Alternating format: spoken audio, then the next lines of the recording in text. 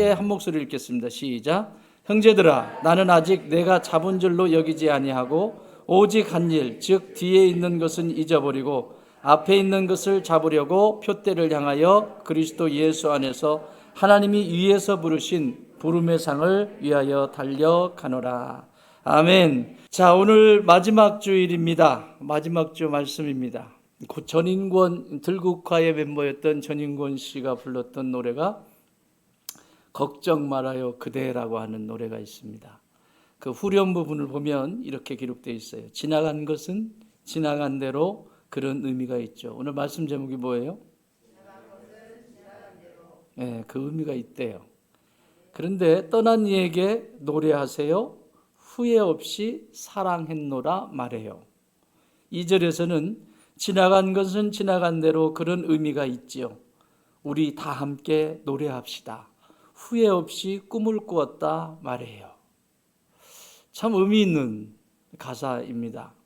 여기 공통적인 단어가 많이 있지만 그 중에서도 후회 없이라고 하는 단어가 그 노래 가사가 제 안엔 묵직하게 자리를 잡습니다.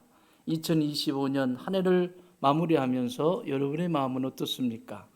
후회할 것들을 남기셨습니까? 아니면 참 행복하게 내가 그 자리에서 하나님이 주시는 마음과 사랑으로 섬기고 성장했는지 살펴보시면 이 1년이, 하루의 삶이 한 달이 되고 한 달의 삶이 1년이 되는, 그리고 그 1년의 삶이 영원으로 이어지는 마지막 삶이 됩니다. 그래서 오늘 하루의 삶은 그렇게 중요하고 2025년을 마지막 보내면서 이 말씀은 우리에게 매우 중요한 말씀입니다. 자, 과거의 삶이 후회로만 남는다면 어떤 일이 일어날까요? 후회로만 남는다면 첫 번째는 자아 정체성이 무너지겠죠. 후회만 하고 있는 거죠. 자기가 사라져 버리는 거예요. 두 번째는 죄책감과 수치심으로 남아서 점철되어서 또 자신의 삶을 살지 못하겠죠. 그래서 맨 마지막 후회하는 삶은 현재를 살 힘을 잃어버리게 됩니다. 후회 자체는 문제가 되질 않습니다. 아, 내가 실수했구나 라고 하는, 후회라고 하는 문제는 가 되질 않는데, 문제는 후회를 해석하는 방식에 문제가 있다는 것입니다. 그렇게 후회됐던 것에 대해서 나는 어떻게 해석을 하였는가? 후회를 죄책감과 수치심으로 해석했다면 삶이 멈추겠지요. 그러나 후회를 예수 그리스도 안에서, 말씀 안에서 깨달았다면, 그래서 그 깨달음으로 해석했다면 새로운 삶이 시작이 될 것입니다. 정리하면 후회를 어디에 두느냐에 따라서 감옥이 될 수도 있고, 후회를 어디에 두느냐에 따라서 생명의 문이 될 수도 있다는 말입니다. 어떤 이는 과거를 기억하지만 어떤 이는 과거에 붙잡혀 살아갑니다. 특히 과거가 후회로만 기억될 때 우리는 현재를 살 힘이 없다라고 말씀을 드렸어요. 그러나 과거에 붙잡히지 않고 그것을 은혜로 해석을 하면 새 소망의 미래를 붙들고 나가게 되어 있습니다. 오늘 사도 바울은 자신이 누구보다도 전 삶에 있어서 후회했던 사람입니다. 이렇게 살면 안 되는데 교회를 핍박했던 자요, 성도를 잡아서 죽였던 자요, 그리고 스데반 집사님이 죽어가는 그 순교의 자리에 동의했던 자입니다. 그의 과거를 돌아보면 어디도 정말 소망이 보이지 않습니다. 그러나 오늘 이 사도 바울은 자신 있게 우리에게 고백합니다. 형제들아, 나는 아직 내가 잡은 줄로 여기지 아니하고 오직 한 일, 즉 뒤에 있는 것은 잊어버리고 앞에 있는 것을 잡으려고 가고 있다라고 말합니다. 그래서 오늘 이 말씀을 통해서 우리의 과거가 다시 재해석되어지고 사도 바울처럼 다시 재해석되어져서 현재의 풍요로움을 누리고 그리고 미래를 바라볼 수 있는 축복의 시간이 되기를 바랍니다.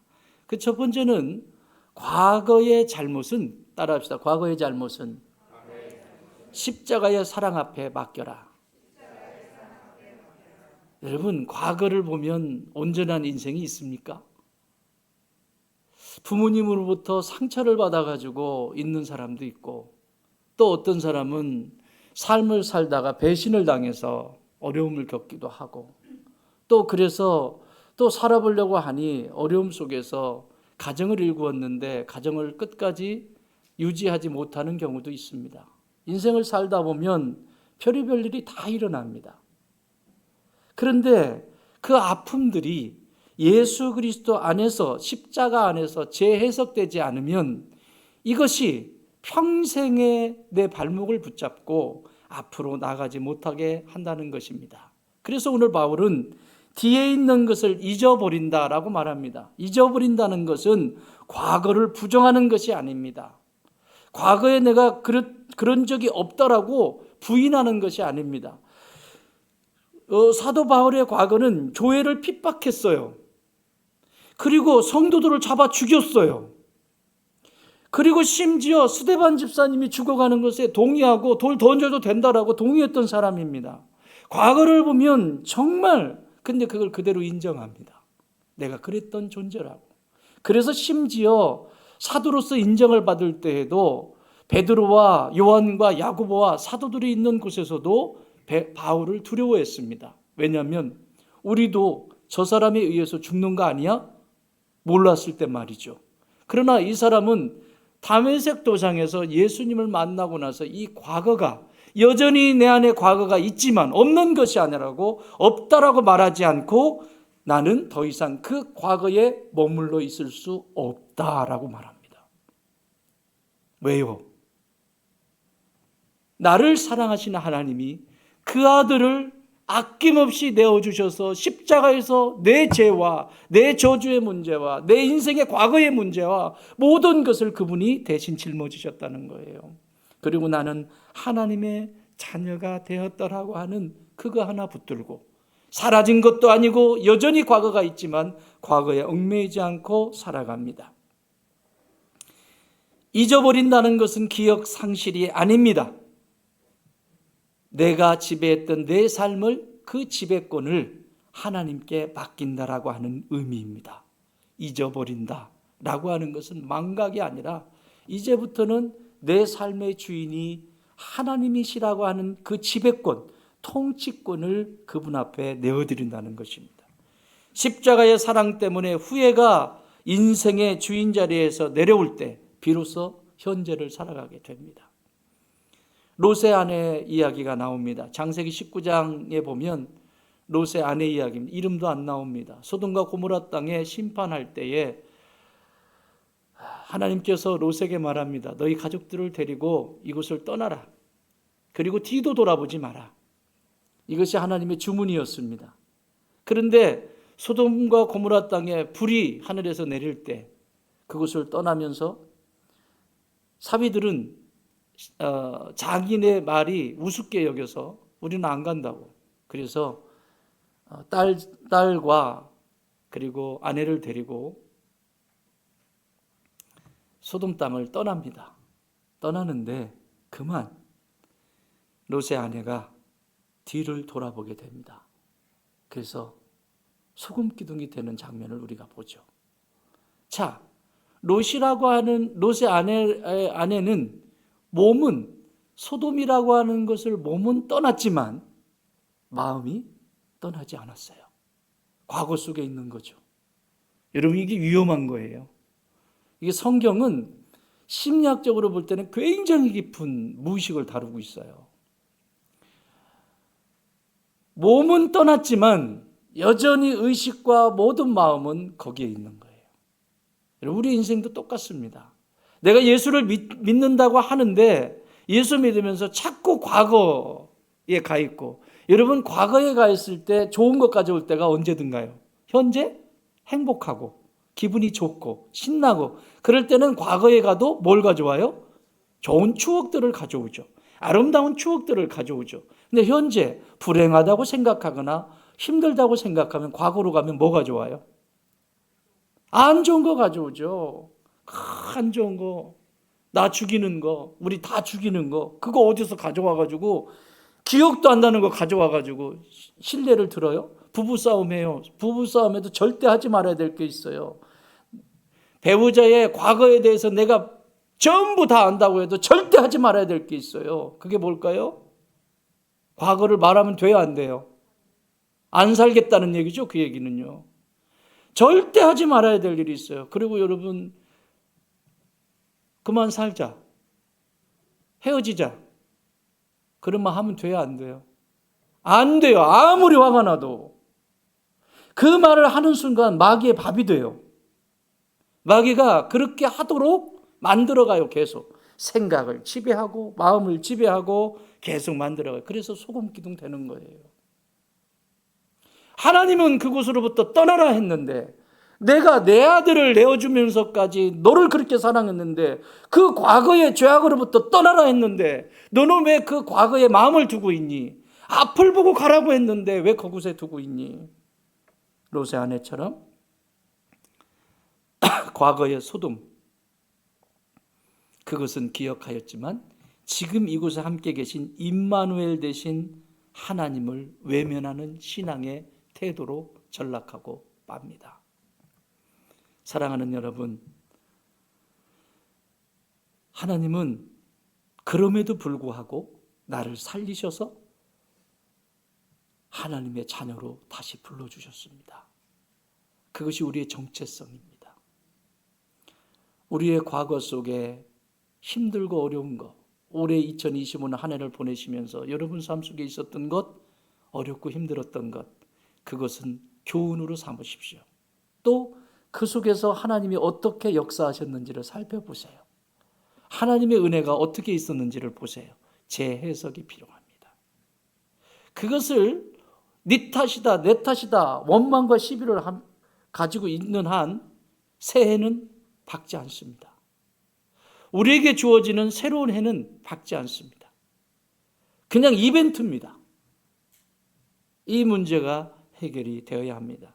오늘 나는 아직도 나를 규정하는 과거의 사건들에 붙잡혀서 오늘 삶을 살고 있지는 않는가 살펴보시기 바랍니다. 두 번째는 여기 13절에 동일하게 나와 있습니다. 형제들아, 나는 아직 내가 잡은 줄로 여기지 아니하고 오직 한 일, 즉 뒤에 있는 것은 잊어버리고 앞에 있는 것을 잡으려고 간다. 그 앞에 계신 분이 누구예요?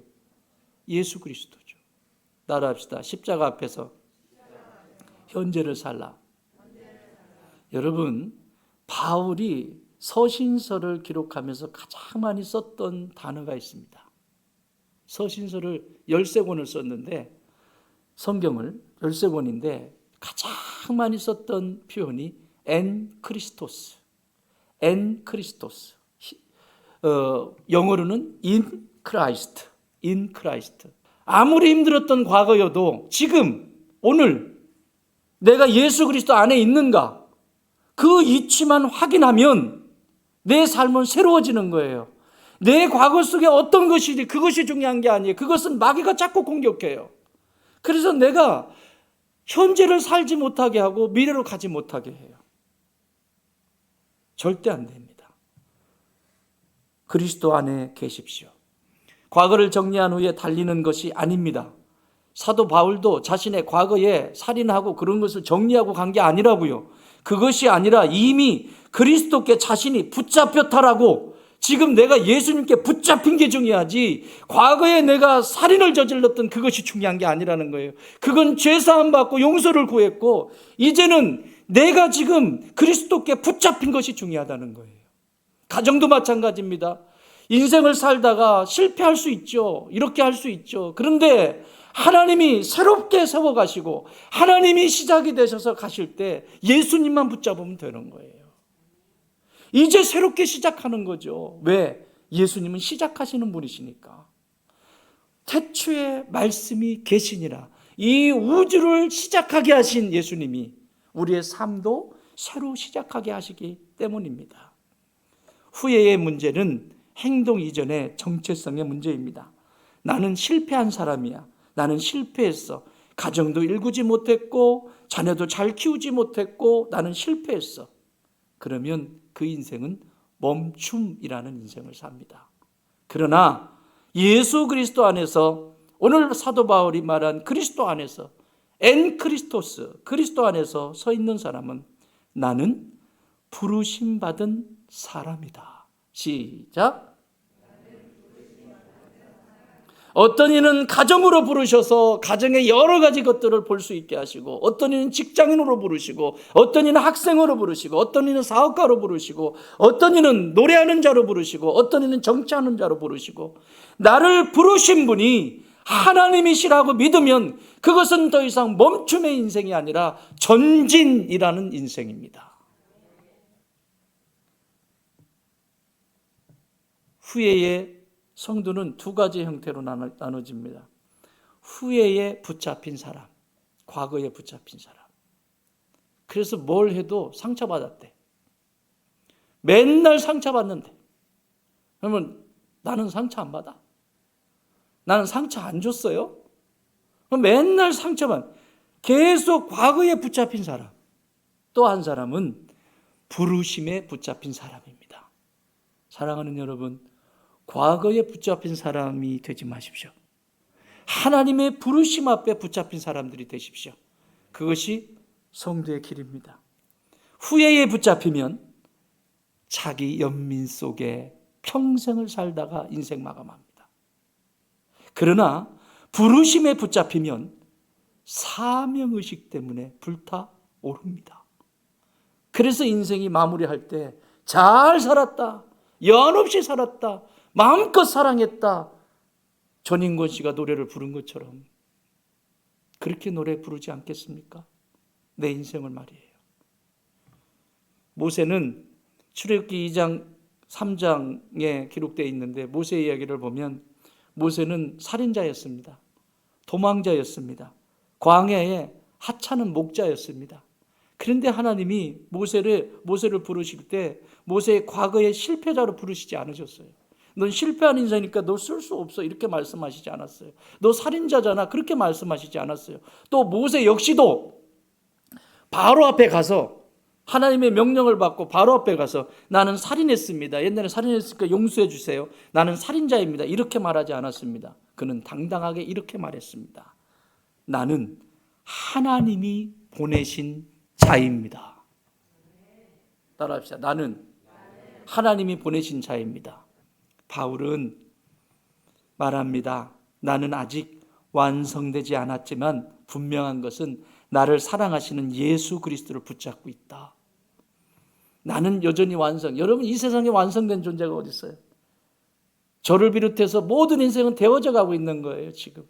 그래서 공사 중이에요. 따라합시다. 나는 공사 중입니다. 자꾸 태클 걸려고 그러면 잠깐만, 나 공사 중인데. 피해 가세요. 맞짱 뜨려고 하지 말고, 못 밟고 다니지 말고. 공사 중입니다. 되어진 존재는 없습니다. 지금도 되어져 가는 존재라고 지금 바울은 얘기해요. 그 엄청난 과거의 수치가 있음에도 불구하고 이렇게 살아갈 수 있는 것은 하나님이 지금 임마누엘 되셔서 나와 함께 하시기 때문에 그래요. 여러분, 우리 안에 예수님 빠져버리면, 임마누엘 되신 예수님 빠져버리면 아무것도 아니에요. 안고 없는 찐빵이에요. 아시죠? 안고 없는 찐빵. 그런데요, 내 삶에 예수님이 딱 들어오니까요, 필요 없어요. 부하냐 가난하냐 필요 없어요. 어린애냐 노인이냐 필요 없어요. 전부 그 안에서 하나인 거예요. 할렐루야. 하나님은 우리의 과거를 묻지 않으시고 우리에게 사명을 맡겨주시는 분이십니다. 하나님이 지금 나를 부르시는 그 앞, 십자가 앞, 그 앞은 어디입니까? 지금 여러분이 고민하고 있는 그것, 그 앞이 바로 부르심의 자리입니다.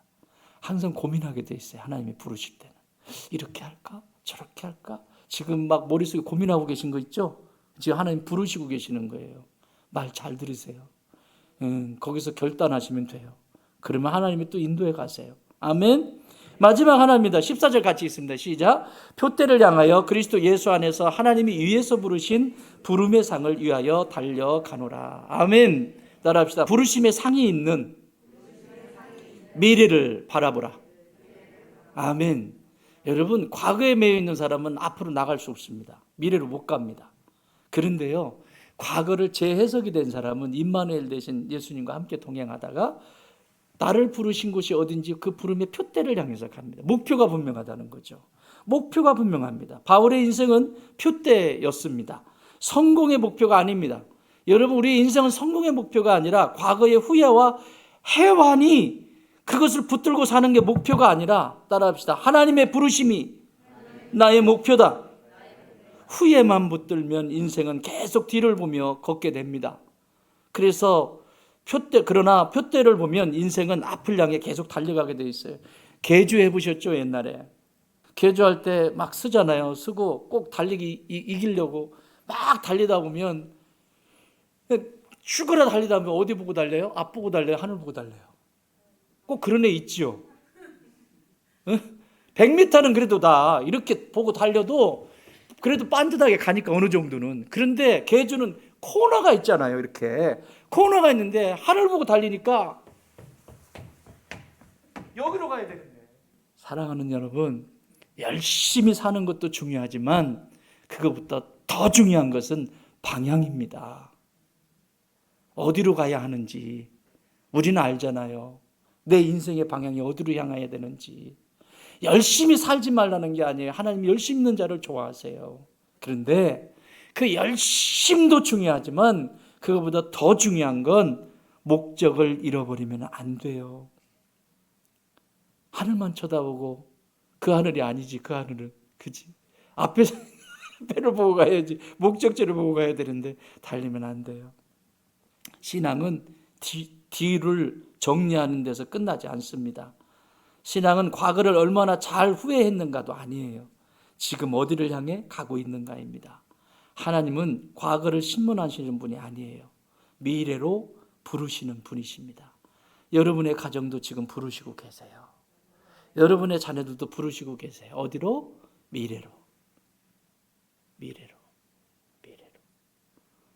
느헤미야라고 하는 분이 느헤미야 6장에 보면 어떤 일이 일어나냐면, 이 성벽을 이렇게 재건을 하는데 산발락과 도비아라고 하는 사람들이 느헤미야의 약점을 자꾸 지적하고 사람들한테 선동을 시키고 일 못하도록 사람들에게 느헤미야의 약점을 자꾸 얘기해가지고, 리더잖아요 느헤미야가 지금. 근데 그걸 못하도록 자꾸 막 험담하고 이렇게 만들어 놓고 나중에는 심지어 느헤미야를 1대1로 보재해요.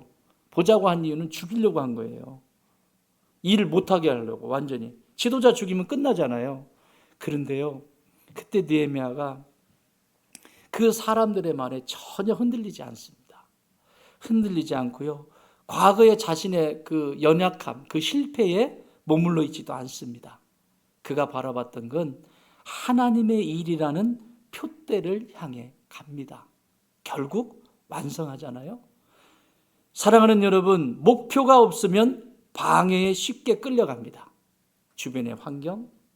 그러나 표대, 목표가 분명하면 유혹을 거절할 수 있는 힘이 생깁니다.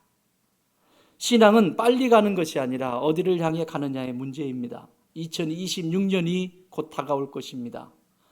이 2025년 한 해를, 이 과거를 잘 정리하셔야 그 미래가 열리는 것입니다. 2026년 내가 다시 달려야 할 부르심의 작은 순종은 무엇인지 다시 한번 결단하는 시간이 되었으면 좋겠습니다. 말씀 정리합니다.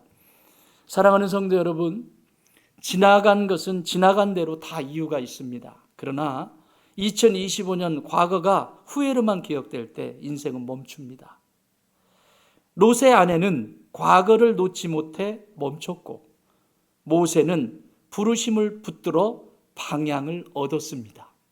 그리고 느헤미야는 표대를 향해 끝까지 달렸습니다.